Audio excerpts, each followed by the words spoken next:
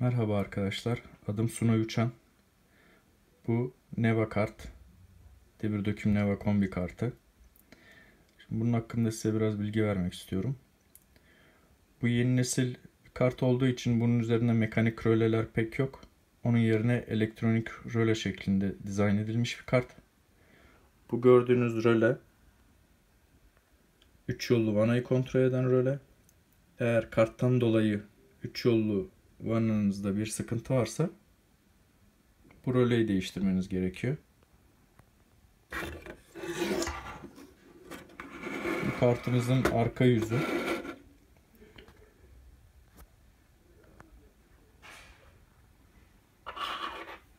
Size bahsettiğim elektronik röleler şunlar.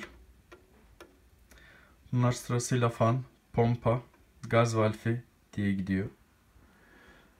Eğer fanınız çalışmıyor veya pompanız çalışmıyor ve bu elektronik karttansa genelde bu parça arkasındaki direnç ve arkasındaki optikuplör genelde üçünü yakmış oluyor.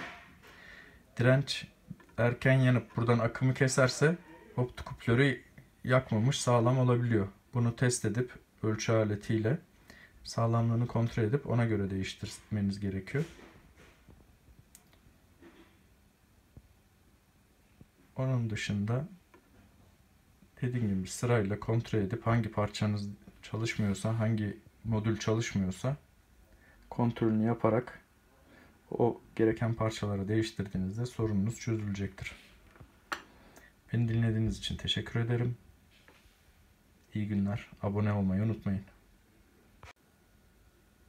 Evet arkadaşlar, kartımızı test cihazımıza bağladık.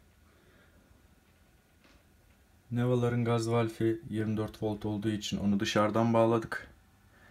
Ve cihazımızda gazın oluştuğunu görmek için şöyle bir buton yaptık.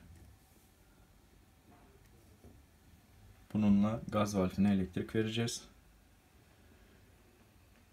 Ve bu da iyonizasyon için düğmemiz.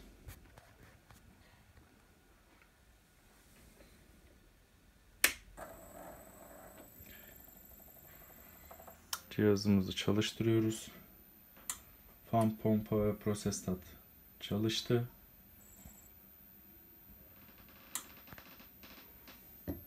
Ateşlemeyi yaptı. Gaz valfine elektrik gitti. Ve iyonizasyon gördü. Çalışmaya devam ediyor. Gördüğünüz gibi gayet sağlıklı. Beni izlediğiniz için teşekkür ederim. Abone olmayı unutmayın.